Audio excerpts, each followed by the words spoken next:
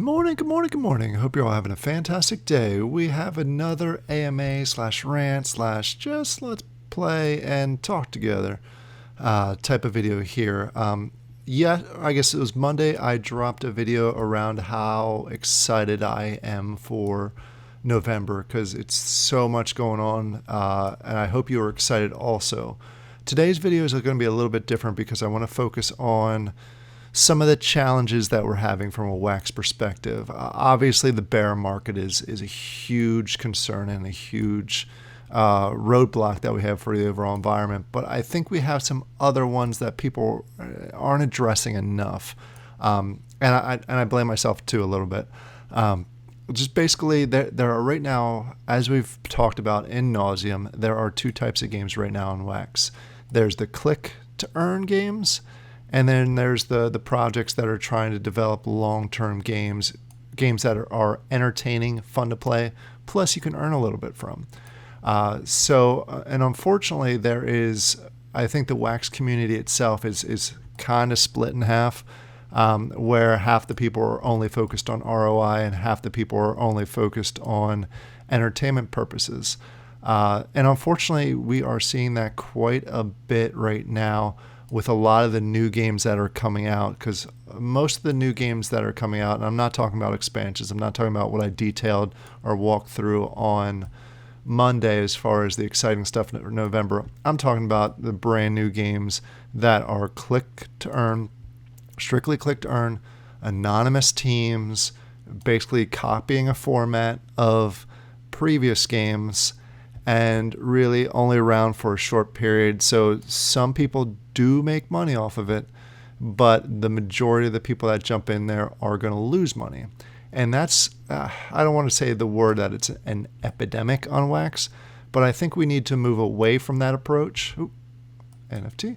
I think we need to move away from that approach if we really want to grow the wax community and become, more mainstream. And I think that's what most people want, because the more players that we have on wax, the higher value our NFTs are, the more people that play it, the more exciting it is, and just the more attention it gets. I think everybody wants to grow the wax community. And unfortunately, I think we are handcuffed right now with so many project owners coming out with click-to-earn copycat games that it's really becoming a hindrance on the community itself. And I know I'm probably going to get some negative feedback on this, and I'm fine with that, because I think it needs to be said, and I think it needs to be addressed. And I want to do my part to address it.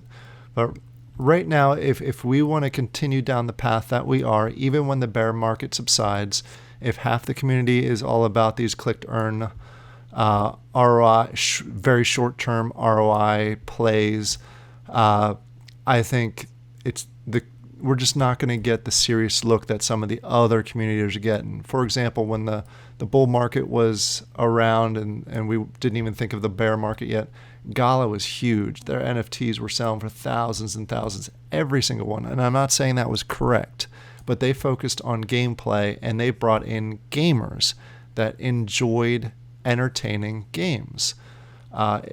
So I think that's what wax needs to start focusing on. And I'm going to do my part. I do promo videos. I do gameplay review videos, and I'd like to continue to do those. Continue to bring to you quality games that I think you would enjoy. But I'm going to follow a new standard. There's a list of red flags that I look at when I look at games, and if there's too many red flags, it's not a game that I want to show. But if there's a couple red flags, I used to show it being like, hey, someone may be interested, or if enough people requested it, let me go ahead and do a gameplay review on this and just talk about it. But I'm not going to do that anymore. At least I'm not going to do that as liberal as I was before. I'm going to, again, hold myself to a higher standard, and use these standards when I evaluate new games before I go ahead and do promos and gameplay reviews for you. It's not because I don't want to show you all the games that come to wax. I want to show you the games that I think will I think that are entertaining and that basically meet what I think the standard should be on Wax, and I'm hoping that doesn't get taken the wrong way. Obviously, I don't want to influence the way you play the game.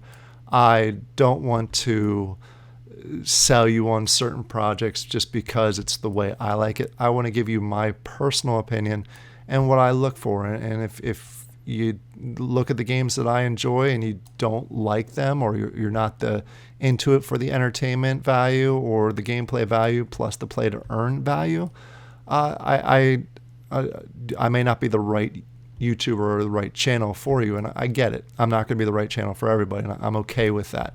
I want to bring you the best value long-term wise that you're going to be able to play. So some of the standards that I'm going to start implementing, and before I jump into those standards, let me just say one more caveat. This is going to be the standard. This is going to be the norm. There are going to be exceptions to these rules. For example, if something doesn't meet the standards that I'm about to tell you, but it's like a super unique game that's never been seen on Wax before with some gameplay that just blows my mind, but they have a red flag, I'll go ahead and bring it to you because it's so unique that it may be a long-term vision or may be something good. Hey, another NFT. So keep in mind, there are going to be some exceptions. They're going to be few and far in between. I do get a number of projects that reach out to me that recently have not met many of these standards, and that's why I haven't done a ton of gameplay reviews for you recently. And I don't see a lot of gameplay reviews for new games coming in November, just because there's so much going on with all the games that I'm high on that I really appreciate. All right, so now that I've said all that, and hopefully you're still with me, some of the standards that I'm going to start using when I evaluate projects. The first one, and this one's actually a brand new one. I never really looked at this until relatively recently, and that's the more details on the team. For example, if the team is completely anonymous, or they just have some generic company at the bottom of their website that leads to something that was just opened a month or two ago, just for whitelisting on Atomic Hub, I'm not going to review those anymore. I've noticed that most anonymous games with anonymous teams that are hiding, they're basically hiding something for a reason. I recently discovered a game that I was into had some connections to rug pulls in the past, basically by digging through, and they were anonymous games. So I obviously pulled out of those and no longer in those, or no longer providing recaps of those. But basically, I'm going under the assumption that if a project team wants to stay anonymous, they're staying anonymous for a reason. They're hiding something. And unfortunately, if they're hiding something, it's not really something I want to be involved with, because chances are they are a small project. Not necessarily, small projects aren't bad, but they are hiding something for a reason. Hey, I just leveled up. Dan, if you're watching, increased by 1. Never mind. So that's going to be one of my things. If a project reaches out to me, or someone asks me about a project and they have an anonymous team, I'm not going to do a review on it unless it's something so extreme that it makes me so interested. I don't know. That makes me excited. I don't know. But anonymous teams no longer going to be reviewed. Another item is basically unique design. There are so many projects recently that are really copying past designs with the 3 tokens they have, and some of them are so blatant it's really kind of ridiculous. They come out and they have the 3 standard. They have you collect gold, you collect what are they? Food, energy, gold, or something like that. And they're so obvious that the game mechanics are copies of other games, and they don't even try and hide it. The only thing that they change is maybe they change the theme. For example, it's this kind of mining game instead of that kind of mining game. Those I'm not going to go for anymore. I'm sorry. I'm going on a little bit of a rant. I got a little distracted there by that other guy that was mining the same area that I was mining. But those things, I'm going to look more for unique designs. Games need to have a unique design in order to flourish. If they don't have a unique design, I don't think they're going to last very long. They're probably another one of those be around for a month and then disappear, and I don't want to encourage anyone to take a deeper look at those. The next on the list is roadmaps. I want to have if I take a look at a project and it doesn't have a roadmap, or it shows a roadmap of we're going to do a game design, and then a month later we're going to launch, and then after your launch there's nothing, or there's something, I'm just going to add game content. That's not really something that they've thought out too well, and unfortunately it's probably not something that's going to be long lasting. So I'm going to hesitate on anything that doesn't have a solid roadmap. I do plan to start reaching out to the development teams more and more for teams that I'm evaluating. If they respond to me and they do have a plan that they can articulate, it may not be on the website, but they can provide some details of the plan, then it's something I'll definitely worth considering. Also, are they active in the community? Something I've also noticed a lot recently with potential rug pulls is the dev team is never in the community, or they jump in the community once every 3 days. They answer one question and then they disappear again. You'll notice that all the games that I really enjoy have some sort of community, some sort of response. The dev teams or the project teams are involved in those conversations. It's all stuff that should be standard within games.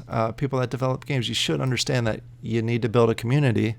I get that, and that you want to be involved in that community. Those that are so focused on just development side, or those that are so focused only on the communication or only on the promotion side, are going to run into some challenges down the road. So there needs to be some sort of balance with your project team that it shows. One of the other things that I'm also looking at, and this one's not necessarily a hard line in the sand, is if projects are basically just going to be click to earn, and that's their only plan long term is to be click to earn. Not really a fan of that. There are some ways you can make click to earn interesting. It's a lot tougher, and I don't think in the long term you're going to have as big of an audience, but there's potential there. And I also understand that just the way the wax market is and the play to earn market is, it's really hard to go out and get the funding or the venture capital that standard games or traditional games can get. So you have to do that click to earn first phase of a game. Now I'm on a roll with NFTs. That you have to do that click to earn first phase just to get that initial funding so you can continue development. Not the approach I enjoy, but I understand that it has to happen. But I think they have to have a roadmap to go somewhere unique. There's some games out there that never did the click to earn, which I give all the credit in the world to. As far as I'm aware of the game I'm playing right now, Immersus, they started 3D from day one and really put that together. I could be wrong, but ever since I've been introduced to it, they've been a 3D style game that's been very unique compared to everything else in Wax. And then last but not least is the standard red flags. They promise ROI. They're blatant sales focused. They're going to have 10 focuses or 10 sales before the game even launches. Things like that are obvious red flags that I'm going to take a look at. But I wanted to get this out there because I'm going to hold myself to a higher standard. I hope you all start taking a look at that. Obviously, I don't want to influence you one way or the other. You do what's best for your situation. I think from a Wax community, the only way that the Wax community is going to tap into the traditional gaming, billions of game players around the world, is if we start focusing on the entertainment side and less on just the click and strictly ROI. ROI is great, but we all know that ROI is limited, and games that focus only on ROI will not be around for a long time. So just that's my rant of the day. Let me know in the comments down below. I know we're going to get some people out there that say ROI is the only thing that you need to focus on, nothing else. Such short-sighted view in my personal perspective. ROI is important. Yeah, I'll give you that. But I think long-term, there's there's a balance of importance. Like I said, entertainment. If you're not entertained playing a game, you're gonna have a tough time with all these click to earns coming out. Like there's games coming out on a daily basis that are very similar templates, and everybody that is so ROI focused, you understand that in order to get the ROI, you need to be into that game early, quick, heavy. So if you are not early, quick, and heavy, you have a lesser chance of getting an ROI on it. And if you're early, quick, and heavy on a game that's wrong, you make the wrong choice, you lose a lot. So it's much better to look at the long term as a whole, the community. And I hope we get there. I hope we start focusing more on the entertaining games, the games that are going to be here for a while, and people stop chasing the silver shiny object so they can get ROI. That's my rant of the day. So you'll see a change on my side. If you're a project owner and you reach out and you have an anonymous team, there's a very good chance that I'm going to have no interest in doing a gameplay review on it. But if you have a good, unique project, a solid team, great communication, a well-balanced approach to play to earn gaming, please reach out to me. I'm happy to do gameplay reviews for games like that are going to be here for a very long time. I love those games. You all see from my channel, I'm involved in a lot of those games because I think they're just going to be here around for a while. All right. I hope you all have a great day. I hope you all enjoy these videos, and I hope I didn't miss any NFTs. I hope you all have a great week. Get ready for a very fun November. I'll talk to you later. Bye.